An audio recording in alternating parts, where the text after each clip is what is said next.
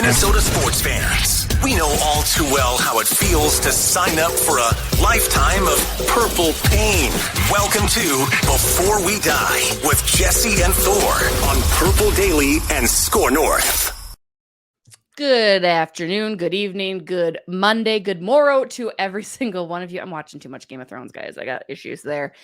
This is Purple Daily's Before We Die and Score North. I'm Jesse Pierce from NHL.com and Bar Down Beauties, shaking it out with the Minnesota Vikings, trying not to be like this guy behind me here. Please disregard that it is a Chris Carter jersey. I have nothing but love for him. But before we die, that's the theme of the show. He's Thor Nystrom from Fantasy Pros and Betting Pros. Winning money, we don't need to talk about it when you win, though, Thor. I actually much prefer it when you lose and I win, because those are the types of bets that I personally enjoy placing. And then we also have Ross Brendel, our lovely producer. He enjoys Vikings pain because why, Ross? It lets me know I'm still alive. Again, good night and good luck, by the way, off of your opening intro there. Good night and good luck. You like that? That was good. I used to want to be on like Dateline and stuff and be all serious. And then I was like, nah, this is way more fun. Like, why would you want to cover any of that? Keith Morrison, baby. Keith Morrison, Josh Mankiewicz. Those are my besties. Classic. Love me some Dateline. Again, this is Monday's edition of Purple Dailies Before We Die on Score North. We've got Thursday edition as well. Usually we use Mondays as a wrap, you guys, but obviously the Minnesota Vikings taking their bye week, getting some relaxation in, getting some arrests in. We're just going to talk about it. Let's just do it. Udo arrested in Miami at a nightclub for resisting arrest. Sounds like he was chatting with a gal heading into the bathroom. He went into the bathroom, was told to leave. He didn't like that. So that's not great, but I don't know. You guys make much of it. I mean, typically this is why coaches in the NFL hate bye weeks, right? Because it just sometimes allows players to get a little too loosey-goosey. But if that, Udo's arrest is tamer than what we've seen in the past. Well, yeah, I mean, we just don't have all the information yet. But I mean, if he did something that he gets, charged with, and it's bad, release the guy. Man, he barely plays anyway. He's been on. I think he's taken 3 snaps all season. But if it turns out not to be serious and it's something that he doesn't get in trouble for legally, maybe then he can remain with the team. But I mean, this is a case where the guy's not valuable enough to stay through off the field issues, if that's indeed what this is. It's unfortunate because a guy put himself, it appears to be in some sort of bad spot. However bad that spot was, I guess that will be determined here in the coming hours and days. That's the serious side of life. The less serious side when it comes to football and the team is that it's just an unnecessary distraction. I think Kevin O'Connell talked about it last week with the guys before they went on break. I think he pretty much, I don't have his exact words, but he basically told them, hey, be safe, pay attention to what you're doing. And then this happens. But, I don't like to say it, but it kind of is what it is. We need to learn more about it. And if, as Thor said, if it's a big deal, well, then appropriate action needs to be taken. If it turns out to be some sort of misunderstanding or not that bad of a situation, I think you still deal with it, but maybe you deal with it in a different way. Like Thor said, I think we just need to learn more information here. And maybe we won't. Sometimes you don't, but would be nice to know a bit more.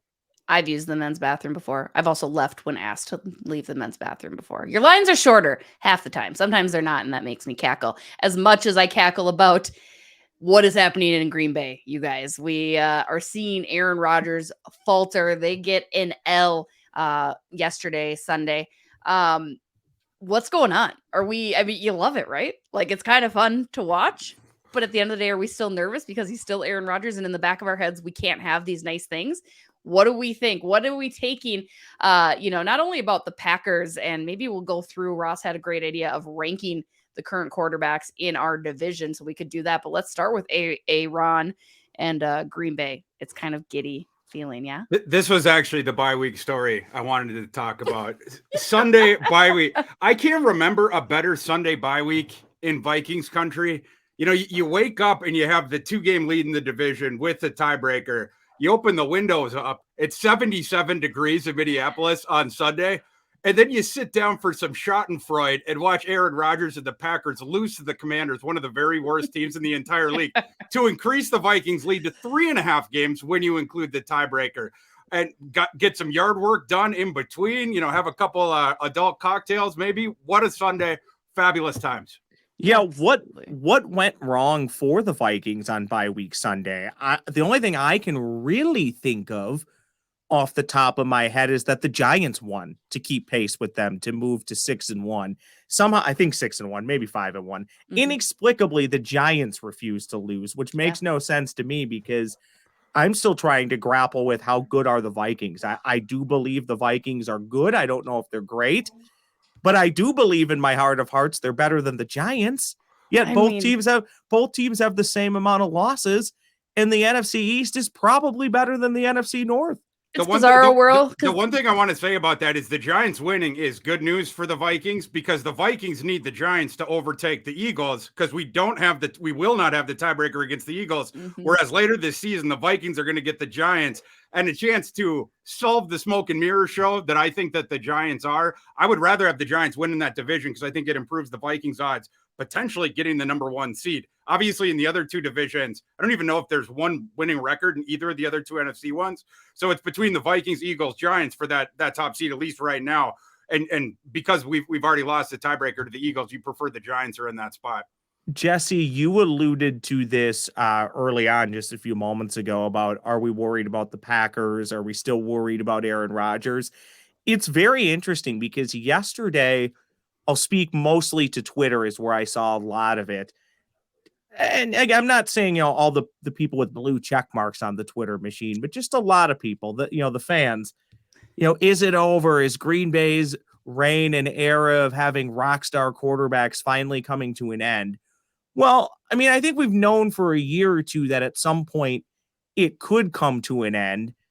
I'm not willing to say it's over. I think Rodgers can still be very good if he has more talent around him. Newsflash, any quarterback tends to be a lot better when they have more talent around them. And I'm not willing to say that this is it for Aaron Rodgers. Maybe they could go on a run this year still. Maybe they could put some more players around him for a run next year. And I still live, not to, look way out, but I still live a little bit in the doom and gloom that I'm trying to get past. I think winning a Super Bowl before we die would help. Mm-hmm. But people say, oh, well, when Aaron's gone, this is going to be great. Well, I mean, are you sure? Mm-hmm. They could just draft another rock star quarterback. True. They could luck into another one. So I'm not necessarily celebrating the alleged demise of the Green Bay Packers just yet. That, however, does not mean I'm not enjoying it. And big ups and big props to former Minnesota Vikings preseason legend Taylor Heineke. All he does is win and compete well in big games in the NFL. So good for him. I don't know. I'm not necessarily going to bury Aaron Rodgers, but I feel great about it. How about yourself, Jesse? You are the Packers fan of the group. Closet Packers fan, so right? Say all the commenters on YouTube. How do you feel?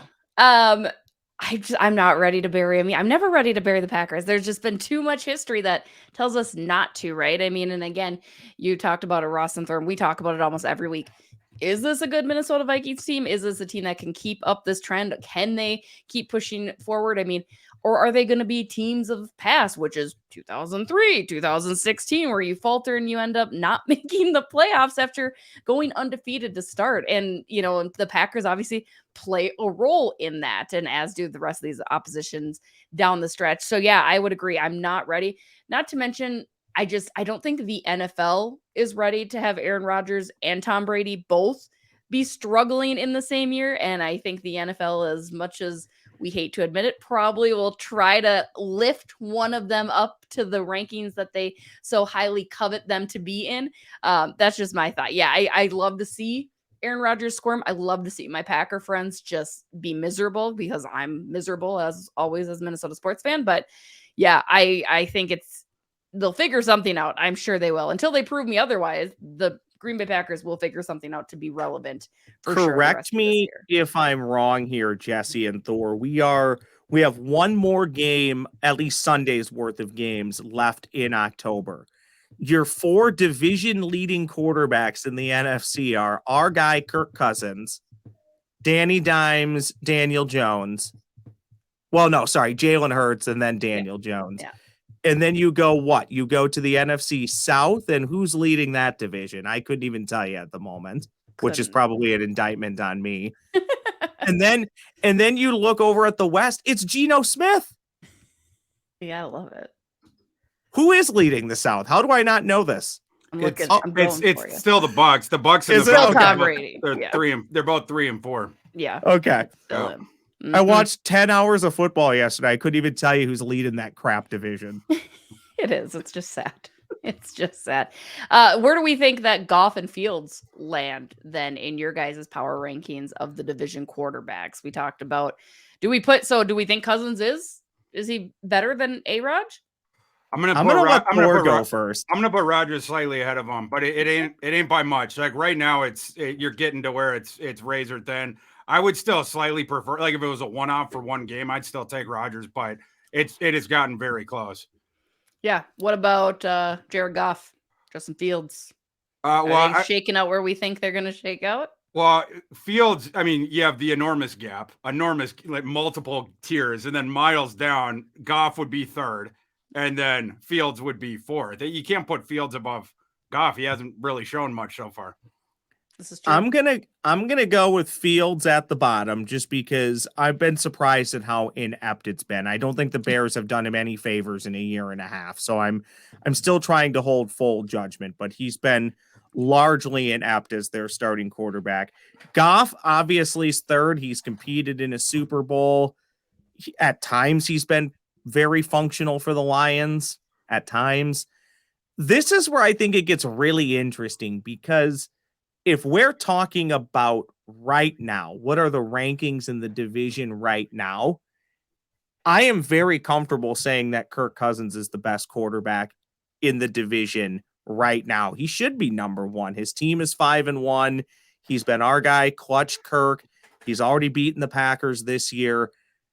I think that makes him number one as far as just in the division. However, to Thor's point, if you start going down the list of I need one guy to win a game, I need one guy for an entire season, I need one guy for my all-time quarterback team, well, then every time it's going to be Aaron Rodgers. It just is. Though that's the facts, and that's what the career states.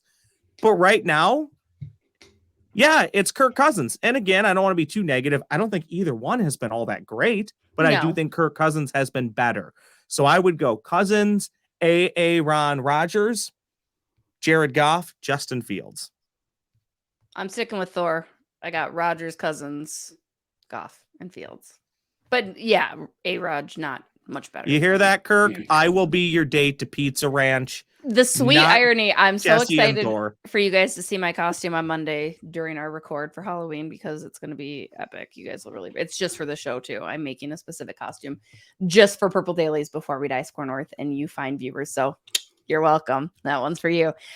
Speaking of crappy Chicago Bears, who are going to be playing this evening. They are 2-4 as of right now. Probably going to lose tonight as well. They're one of the teams that you're looking at that they're obviously going to be very different looking next year. But are they going to blow it up before the trade deadline, which is November 1st at 4 p.m. Eastern, 3 p.m. our time? So that's 1 week wait. There were no trades made really during this bye week for the Minnesota Vikings. Are you guys surprised at all by that?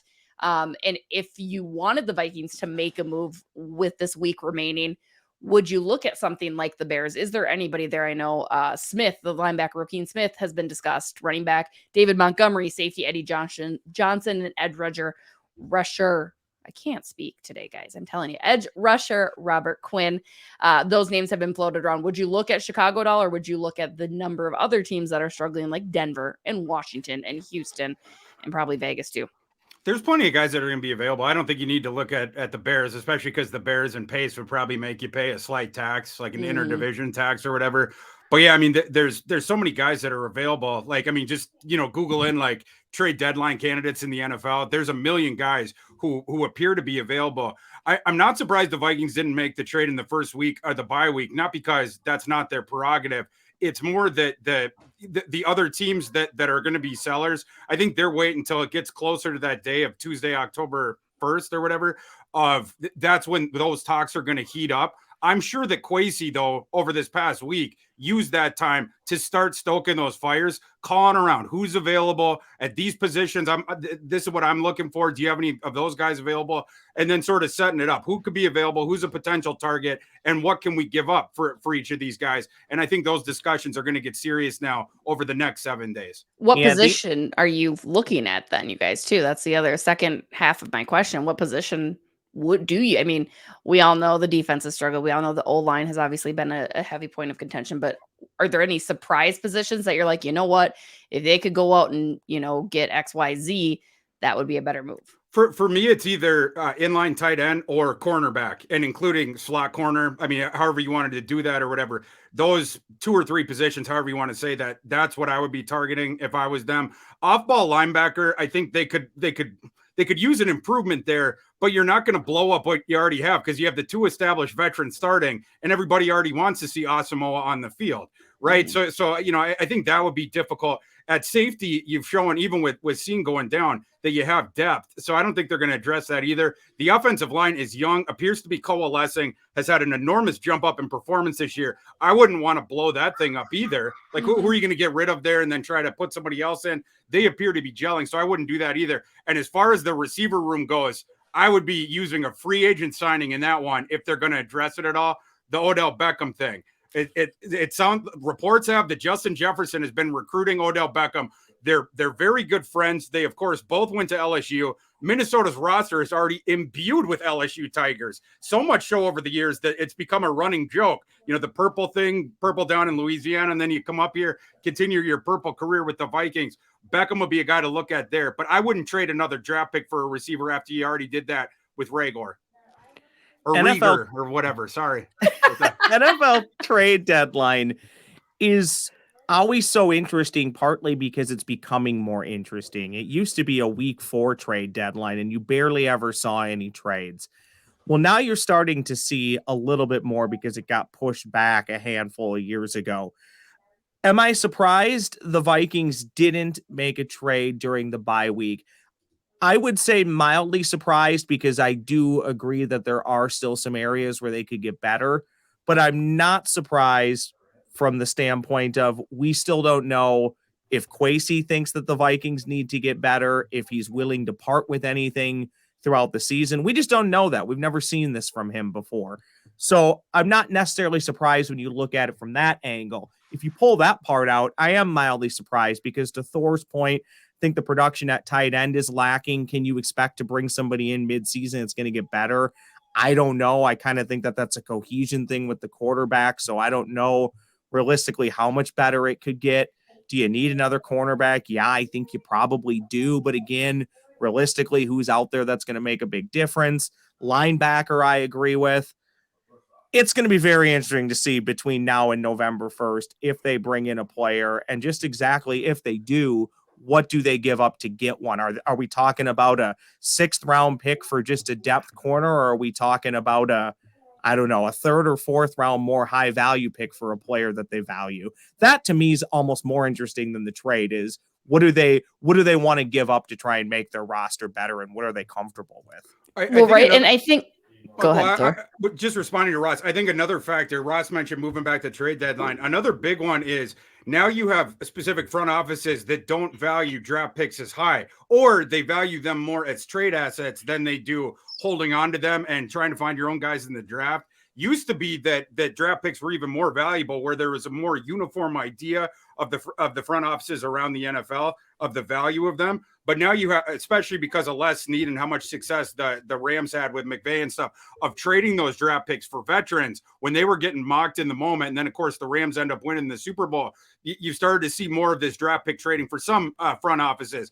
And, of course, Kevin O'Connell, his mentor, is McVay, and he was on the coaching staffs when they were doing that. And another one, a sort of brother of that coaching tree, the Shanahan one, the 49ers now are doing the exact same things with their picks. They traded the multiple first rounders in the past. That was a draft day trade with Lance, but they're also using their ancillary picks to try to pick up veterans, Christian McCaffrey being the most recent one. So they're, that opens up the possibility of having more dance partners, right? If not everyone is viewing draft pick value the exact same way. Thor, God of Thunder, stealing my thunder, because that's exactly what I was going to discuss. Thank you, Thor. No, it does. I mean, you have to look at the different, how much do you value your draft picks? How much do you value getting your guys in there? How confident are you in that? And again, me coming from the NHL, it's a totally different world. I mean, draft picks were not considered. And again, those are 18-year-old kids where, at NFL, those guys are ready to come in. So that is something to be considered.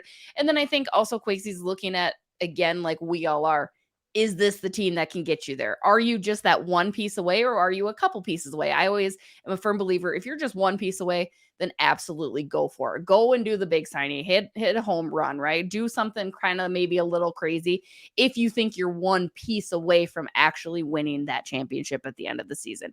If you're more than one piece away, be smart about it. It takes a little bit more tact, I think, in those situations, because then you will have the offseason, you've got the draft, you've got everything else that you can use to build and go for next year. Now, again, I'm sure everybody's screaming at me at home and in the comments. Feel free to drop the comments that no, you got to go for it every year. Got to go big. Let's go. Vikings are going to win.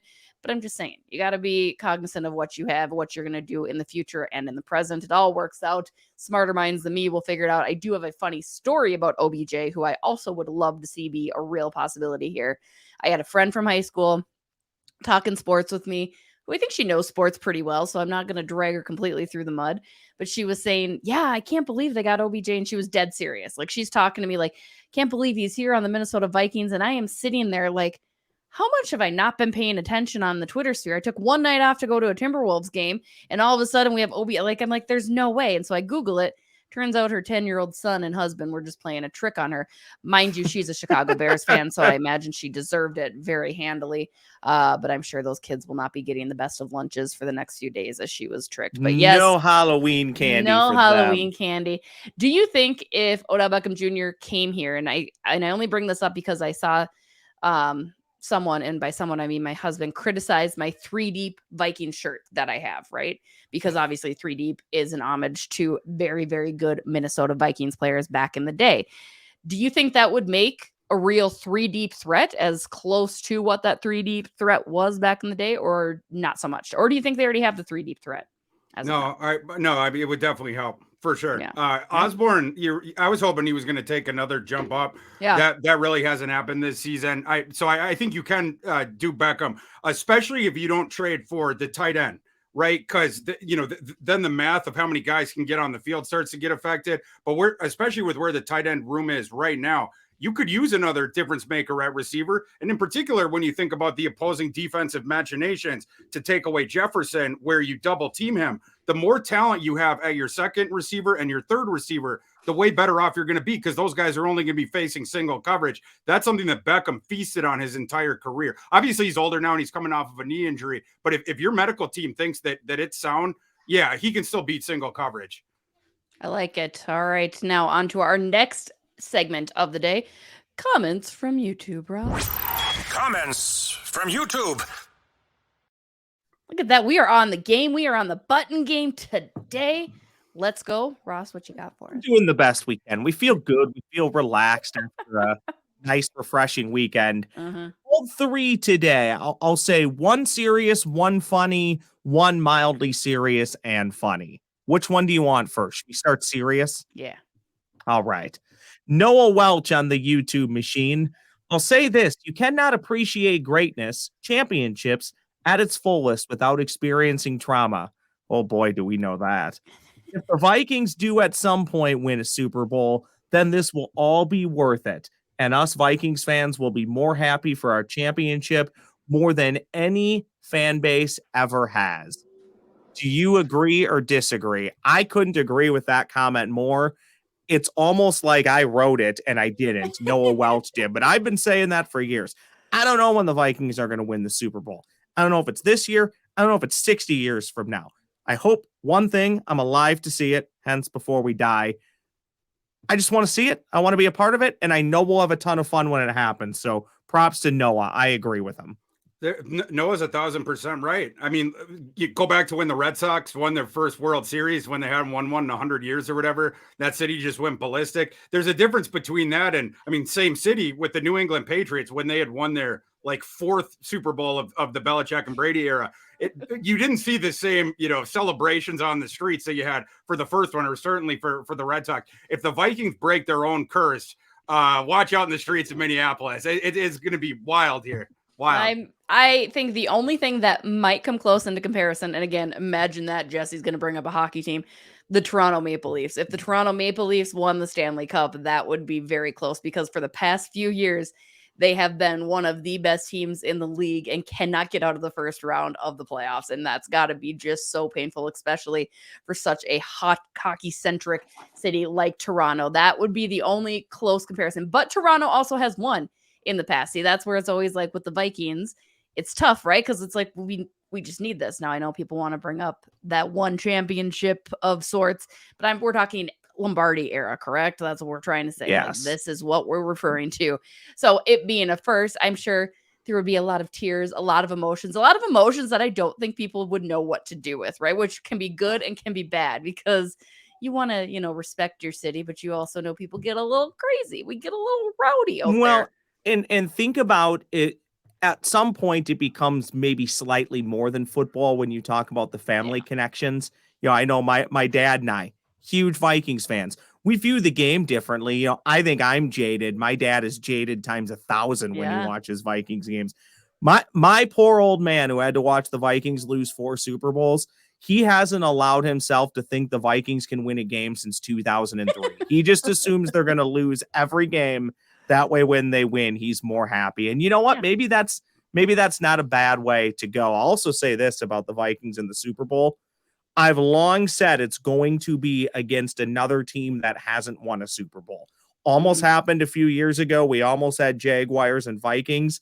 Could potentially happen this year. Could be Buffalo and Minnesota, in which I say the final score of that game will be 4-2 or 5-3, because neither franchise can comprehend winning. And no a Super table Bowl. Is safe. Russ, tell your old man to get ready for playoff football again with the Vikings this year. 5-11, 3.5 game lead in the NFC North with 5-1. I didn't say 5-1. 5-1. You said 5-11, man. Okay. Dyslexia over here. But 5-1, and here's what I think why I said 11. 7 of the final 11 games on the schedule. Here are the quarterbacks the Vikings will face. This is coming from our buddy Will Ray. It's on Twitter. Taylor Heineke, Mac Jones, Zach Wilson, Jared Goff, Sam Ehlinger, Daniel Jones, Justin Fields.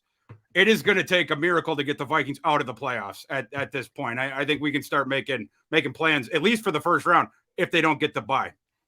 Yeah, and hopefully, more than likely, should at least be one home playoff game. I want to get through 2 more comments here from YouTube. John Marshall Wells V, I believe that's what the IV Roman numeral is, right? Oh, I'm so bad at that. I'm a Lakeville grad, so I can only do actual numbers that are in front of me, not in Roman numerals. So I'm sorry to John Marshall Wells V, I believe. Giving us a little clarification on Duval. Oh, yes. I live in Duval, Florida. By the way, props to everybody who commented on our last show what county they were listening to or listening from and in what state. I've lived here for over 10 years now, and I can honestly say I still don't fully understand the chant. But from what I gather, it's because almost the entire county of Duval is in Jacksonville. Also happy to inform you that I'm just one of a few Vikings fans in Jacksonville. No, sorry, he's not just one of a few. He's one of many. Oh, nice. There's tons of us here and 2 Navy bases. Awesome. That has a lot to do with Vikings fans in Florida. Sweet. Skull Nation, baby. We're all over, especially everywhere. In the warm weather states. And we traveled. We traveled too. Remember in the Dolphins game, people were tweeting, "There's so much purple here. Yeah. How do all these Vikings fans get here? Mm-hmm. Vikings fans travel." Can we just do one as a group, and then I'll be done with Duval for the rest of the year? Sure. On the count of 3, can we all just do Duval? Okay. Yes. Yep. All right. 1, 2, 3. Duval. Can we just acknowledge how beautiful that was? Like, we were all that was pretty good. Close to on pitch, same timing. I'm proud of you guys. I also want to point out Duval came up just 1 yard short from really helping out the Vikings yesterday. If you look at it the way I view it and not the way Thor views it, I was just looking at getting the Giants out of the way of the 2 seed, but they held on at the 1 yard line yesterday. Here's the final one from Jason Barham. I believe I may have quoted him a week or two ago. Jason, quote, "There he is again, LOL. Love the show and the weekly appearance by the young one," end quote. I think you will notice that he is not here today. Yes. We got a new lock on the door. What do we do? Again, so guys, this is a barn door. Let me show you. Know what a barn door is? Like it's the slides. Yep. Yeah, it's because we have good lighting in here and I like it. And so there's no lock. I don't know what kind of locking mechanism you need on a barn door like that, but no. Instead, it is markers and like a whole bunch of stuff that I normally don't let him play with unsupervised. That's what he's doing right now. So I'm either going to have a completely redecorated kitchen or not. It's a risk that I was willing to take for you guys so I could focus on before we die. Well, here's what I'm going to tell you. Thor, I don't know if there's any random family members, pets, or anything in your environment. Whenever I record this podcast from my home estate, which will happen in the coming weeks, I'll make sure a cat randomly appears. That's the best that I can do. That's good. We got a cat in here too, and Kitty don't get to come in here when we're recording. Right? Kitty's a bit of a hellion. Yeah. So it loves to jump up on especially you're not paying attention to the cat. It wants to sit right on the keyboard, which is that's a no-go. So yeah, we gotta describe Kitty's range. Is Kitty quick off the block? What would Kitty look like on an NFL field? I would say a linebacker, because the triggering downhill when Kitty gets very upset. You see that look in his eye, he gets that crazed look, and then just shoots off the blocks really quick, triggering downhill. That's what I'd say. And what I'm sort of I'm not looking forward to. I got the cat a Halloween costume. And the next time I come on here for our Halloween show, I may be just bludgeoned in the face with all the scratches I'm going to take trying to get this on the cat. But it's going to be hilarious if I can pull it off. So fingers crossed. Can we very quickly talk, Jesse, before we get to the before we dies or our before we dies? I love, we're coming off of a bye week when we're breaking down the cat's lateral speed and motion. I mean... In that case, I'd also like to put in my dog Brooks for nomination because we have talked for years. The way that she cuts, like she would be a heck of a running back. She's fast. She'd be a great receiver too. Like she dukes out dogs that are smaller and quicker than her. Like she has no business being as amazingly agile as she is. And she's out there impressing me every single day, mostly when she's running away from me and terrorizing the neighborhood. But that's a story for Jesse, is it true that on your barnyard door, it's carved in Brooks was here from your dog? It is. It is. And Hudson and every other child of mine that tends to roam and interrupt me and not let me have a sane mind. That's fine though. That's being a parent. We'll blame it on everyone outside of you, Jesse. It is. That's exactly what you do. Pass the buck. Unhinged. Again, this is why we're glad there will not be a bye week. We will return to extra football talk come Thursdays before we die on Purple Daily and Score North when they host the Arizona Cardinals in week 8, which also means they're hosting Kyler Murray, which also means what, Ross? What does it mean? My fantasy football team. Should I? Oh my goodness! I'm so sorry. I'm like, I don't know. What does it mean? Well, I can tell you this. Obligatory fantasy football mention.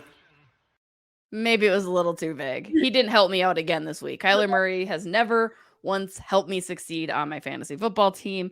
He wasn't the only reason I lost. There were a number of reasons I lost, but I like to blame him, especially. Wait until Ed Donatel gets involved, Jesse. I mean, I got absolutely destroyed by the Dallas defense, and I got absolutely destroyed. I should have won. I don't even know. I can't wait for the Thor's Hammers on Thursday when we have to decide, will Kyler Murray throw for 400 or 500 yards against the? I will be going over on all Kyler's props. Just giving you a spoiler alert. That's what's tough. I want the biggest game out of him, just like a loss, right? Like he can go nuts. Let's have an insanely high scoring game so I can get my fantasy points. But I hope the book puts out a 0.5 for over under of how many times Kyler screams at Cliff Kingsbury when he's walking off the field against the Vikings. Be great if we could see some more of that during that game. I think we might. I think it's getting a little dicey between those two. Jesse, do you want? Do you want to know why I was delayed on hitting your obligatory fantasy football mention? I mean, I feel like you're going to tell us. So yes, well, please share. I think it's because I thought that this is where we were going. Time now for the Before We Die crew to give us their Before We Dies. I mean, that was an even better segue than what I had set up for. Let's kick it off with Thank you. Before We Dies, ladies and gentlemen. I got mine. If I can go first, can I go first? Please. You go right ahead. Christian Darrisaw, Before We Die, will be on the All-Pro team. I don't even say Before We Die. It'll be this year. I think he's going to be on the All-Pro team. I'm loving Christian Darrisaw. I think he's exceeding so many expectations. We all knew he'd grow in this season, not as well as he's done. So Christian Darrisaw, All-Pro, baby. Mark it down. Giddy up Before We Die. Stud. Yeah. Christian Darrisaw is a stud. Mine is, it's not as much of a prediction before we die. It's more of a hope before I die. I love pumpkin flavored seasonal things around this time. You got the lattes, you got the cookies, you got all this different, even the Febreze. I'll buy the Febreze where it smells like the pumpkins. The flavor that stinks, the seasonal one, it's around Christmas. Nobody likes eggnog flavored things or the peppermint flavored things. Here's my proposal. I want to start the pumpkin flavored stuff a little bit earlier, and I want to extend that window. I want to start it like mid-September. I'm not saying all year. I'm not saying you have to have pumpkin flavored things all year. Then it wouldn't be niche and fun when you get to eat it again or smell it again. But I'm saying mid-September, and then we drag that thing into December, early December, and we have the full fall window with pumpkin flavored things and get rid of the eggnog stuff. Thor Nystrom, a basic fall girl. I would have never guessed. That's it. I'm a basic B. This is really tough for me because I was going to close with something college football related, but now Thor's got my head all over the place. The only thing I will say about, Thanksgiving and winters and holidays and New Year's Eve type stuff, I do think cinnamon ice cream is really good. And you can only typically find that this time of year. I'm still going to stick with football because I'm a little disappointed, mildly upset. I knew the Gophers would lose on Saturday at Penn State. I think I said on this podcast I'd be happy if they lost by less than 40. I said that kind of facetiously. Barely got there. Yeah, turns out they barely got there. I'm going to combine two things, and I'm going to put a disclaimer. I like PJ Fleck. I think he should be here for a long time. I think he's done a good job. I'm not asking for him to be fired. I am asking for three things. He needs a game consultant who can help him with timeouts and game management. He needs to learn how to coach to win games, not to lose games. And when they do lose games in the post game, I don't ever want to hear him use his standby phrase he uses every time. Well, I just, the loss is on me. I didn't do enough to help the team win. Mm-hmm. I didn't do enough to coach him up. What didn't you do? Tell us. Don't say that every week. Tell us what you didn't do. I think that's what I want. Before I die, I want a coach in the post-game press conference to literally list off the laundry list things that they didn't do versus just the cliched statements. That's what I want. You didn't get a backup quarterback is what it is, right? The kid with the Greek Dave just should not be playing right now. Ed, wish the best for Tanner Morgan in his recovery this week because the Gophers need him back badly. Say it with me. Ethan Kaliak Manis. Ethan. Say it again. You know what? Kaliak Manis. Ethan Kaliak Manis. Ethan Kaliakowski. Better yet, let's just do this because I lied. Duval. And I'm out. We've gone all the way back around on Duval. Now we're in on it. That means it's time for Jesse to wrap this show up. And a pin. Sam Washington, which just is too hard. Washington. Anyway, again, this is Purple Dailies Before We Die on Score North. I'm Jesse Pierce. He's Thor Nystrom. He's Ross Brendel. Go ahead, give us a follow on our individual Twitters. Go over to our YouTube. Drop some comments. Let us know if you like pumpkin. I'm not a big pumpkin person. Oh, that's a terrible take. And I enjoy eggnog. The only takes you've had worse on this podcast are your pro Packer takes. I mean, I'm excited to take over the lead of our Thor's Hammers again, which will happen after this week, but we'll get there on Thursday. Again, we will have another episode of Before We Die on Thursday, looking ahead to the Arizona Cardinals at US Bank Stadium on Sunday. So be sure to come back then. But again, drop your comments. Let us know what you think about the show. I saw one of you said, we're starting to grow on you, just like little molds. We're coming. We got one. We got one. We're still gonna keep putting the content out. Speaking of content, obviously go check out all of our other Purple Daily content, whether it's Ventline, whether it's Boone, whether it's Relentless Randy, Dex, Judd, and Phil, obviously doing their thing as well. In addition to us, we're grateful to be included in the fun. So have a great rest of your day, you guys, and we'll see you on Thursday. Skull first place, Minnesota Vikings. Mixed it up.